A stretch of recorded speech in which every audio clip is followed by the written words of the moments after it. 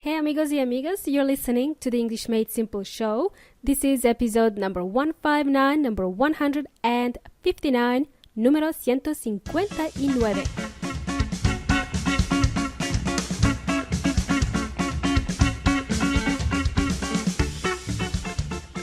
Hello, hello. Hey there guys and girls. And welcome to the English Made Simple show. My name is Milena from EnglishMadeSimple.net, EnglishMadeSimple.net. Why did I scream there? .net! I don't know. Right. EnglishMadeSimple.net. I trust you've been behaving well. You've been good. Eating healthy. Not like me. You don't want to be like me? For the past 7 days, I've been eating sweets. Sweets. Dulces. Every day. Every day. I've been visiting new cafes and restaurants here in Adelaide and tasting this delicious food here in Adelaide. And I've noticed something actually. I've noticed something as I was visiting the restaurants and cafes. There are a lot of Italian restaurants here. A lot of Italian cafes as well. Well, when I say Italian restaurants and cafes, they are owned by Italians. And I've been feasting on Italian desserts like the tiramisu and cannoli. Yum, that's my new fetish at the moment. That's my new drug, cannoli. It's weird because I haven't been eating them in Melbourne. There is a large Italian community living in Melbourne, and yet I didn't even go and eat those desserts. Bizarre. I just eat them here in Adelaide. So enough about desserts, because now all I want to do is just have a cannoli. If you're not from Italy or don't know what is a cannoli, I will share a photo of it next time I eat it. Actually, not when I eat it, before I eat it. I will share it on Facebook and Instagram, so you can check it out and see for yourself and see how irresistibly delicious they are. Right. And I'm yet to find a cannoli made with Nutella.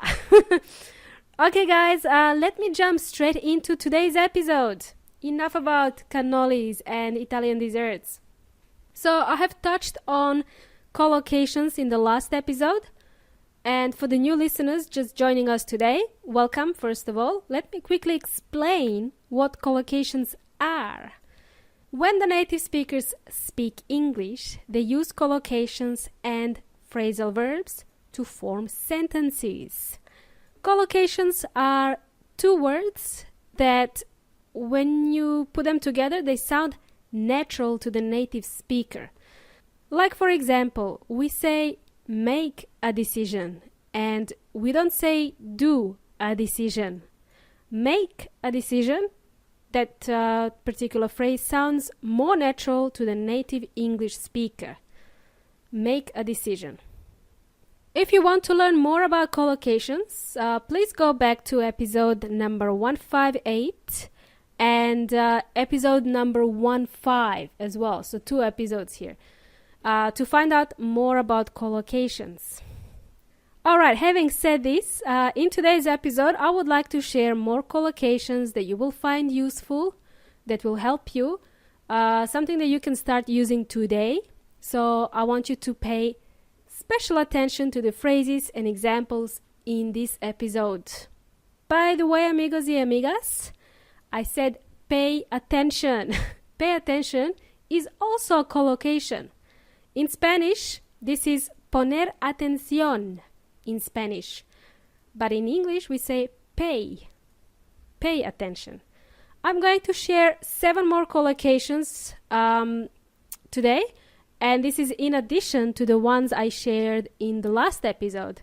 Now, there may not be 7, actually. There could be less or more. I don't know, because I didn't count them properly. But let's just stick to number 7 for now, okay? Let me start with the first phrase for today.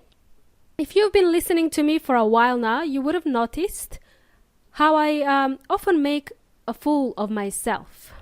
I laugh at myself a lot. I'm a bit ironic, sarcastic, and cynical. And I do it publicly because I have no shame. I am shameless, as my friend likes to say. Shameless. Like, for example, remember when I was referring to Adelaide? I was talking about Adelaide in one of the episodes, and I was saying Adelaide with a blocked nose like this. Adelaide. I sounded silly, but I had no shame at all doing it. I was happy to do it and make fun of myself, really. So I made a fool of myself. I have no problems doing that. By the way, Adelaide is a city in Australia, for those of you who are wondering what I'm talking about. Right, and I've recently just moved from Melbourne to Adelaide. Alrighty, so to make a fool of yourself is a phrase that native speakers use. So instead of saying to somebody, stop embarrassing yourself, you can say, stop making a fool of yourself. Stop making a fool of yourself. Like my husband tells me, Milena, stop making a fool of yourself. So I say to him, okay, fine. Okay, I'll stop making a fool of myself, but just for a little bit. I can't promise anything, okay? I'm just gonna keep doing it. Okay, the next collocation that I would like to share with you is make an effort. Make an effort. And for this, I would like to bring in Weon Inteligente to the show. According to Weon Inteligente, or the online dictionary, to make an effort is to do something even though you don't feel like doing it, or you don't want to do it, or you find it difficult and you just don't want to do it. Basically, to make an effort means to try really hard to do something. Like, for example, I'll make an effort to do the dishes tonight. I'll make an effort. I don't feel like doing it, but I will try. I will make an effort to do the dishes. Or another example, in order to learn to speak fluent English, it's a good idea to make an effort to speak more with native or non-native speakers in English. You can achieve this by attending various meetup groups. You can meet some people through meetup groups. Remember, you can speak English with either native or non-native speakers. You just have to make an effort to talk to them. Who knows, you might make new friends. Right? Cool. Another collocation here, make friends. Make friends. We learned this in the last episode. Cool bananas. Does this make sense so far? To make sense is a collocation too. Can you see now how often we use collocations when we speak in English? Can you see how useful this is? Same as those terrible phrasal verbs. We must learn those as well. We must learn both of them, collocations and phrasal verbs. We just have to learn them. Knowing collocations and phrasal verbs is what will make you sound more natural when speaking English. Okay, now I want you to make a promise to me that you will be learning about collocations and phrasal verbs, and then I want you to keep that promise and actually do it. Not just say that you will be learning about collocations, but actually do it as well. Okay, that was a really stupid example, really geeky example, because the next collocation that I'm about to share with you is to make a promise and then to keep a promise. Here we are using the word make and keep to form a collocation. Make and keep. Make a promise and keep a promise. Two useful phrases. When I make a promise, I keep it. When I make a promise to myself, I usually keep it. The opposite of keeping a promise is to break a promise. Break. Let me give you a simple example of somebody who makes a promise and then breaks it. Simple example, politicians. Politicians. Politicians make promises before elections. But do they keep their promises after the election? Don't think so. Most of them break their promises. So that was a simple example about politicians making and breaking promises. Okay, I hope you're following me so far. I know there is a lot to take in at the moment. There's a lot of information here. I've got two more collocations using the word make that I would like to share with you today. The last two. One of them is to make a profit. To make a profit. I'm always curious to know if there are any small business owners listening to the EMS show. I have a lot of vocabulary and phrases to help small business owners if they ever needed to speak in English for work. To make a profit in business, what does it mean? To make a profit in business, it means to be profitable. When you make a profit in business, you are able to cover all of your expenses, like payroll and taxes, and then make a profit in the end. You can use the profit to invest back into your business so you can grow your business. By the way, payroll, I use the word payroll. This is a term used to describe payment of salaries to employees. People who work for you. If you're a small business owner, you would have employees on the payroll, so you can pay them. But you know what? Let's not get sidetracked here. We can cover more about this type of vocabulary used when running a small business later on. We can talk about it later on in future episodes. So stay tuned for those ones. Great. That was an odd example. That was a really odd example, but I thought to share it with you because it could be relevant to somebody listening, to a small business owner who is listening to the show. Could be relevant to them.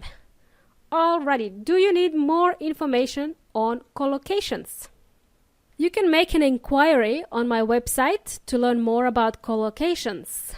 To make an inquiry is also a collocation, which just means to contact someone. This is equivalent to consultar in Spanish. To make an inquiry. Wow. All right. If I had $1 for every time I use the word make today, I would be rich. Anyway, now I have a task for you. Call it homework, if you will. I have homework for you. Here's your homework. All right. Don't stop listening. Keep listening. I wonder how many collocations you could find for me. Next time you watch Netflix, for example, you watch movies, or you listen to some native speakers on the radio or on TV, listen carefully to see if you can spot any collocations using the word make. See how they use the word make when they speak. Great. It's a listening exercise for you. Try it. See what you come up with. Alrighty, I will be doing another episode on collocations, so stay tuned. Learning collocations will help you go from intermediate to advanced English, and I'm referring to the level of spoken English, so it's going to help you become more advanced in speaking. Cool bananas. Okay, so listen up, muchachos y muchachas.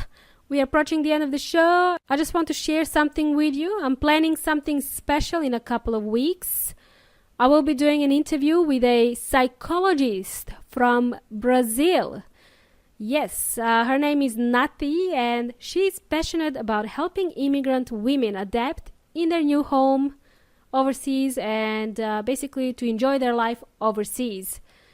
So stay tuned for that episode. It will be coming soon, an interview with Nati Eustachio from Brazil. Hopefully I said that correctly. I have to ask her next time how to say her name. Right, cool. I'm looking forward to this. It will be awesome. Feeling a bit lonely at times. It's just me and the microphone for the past 2 years. So I'm going to have some company soon. Keep listening, amigos y amigas. Thanks for joining me today. Jump on my website, englishmadesimple.net, to read the transcript to today's episode. You've been jamming with Milena from English Made Simple. I bid you a farewell, and I leave you in peace. Until next time, hasta la próxima.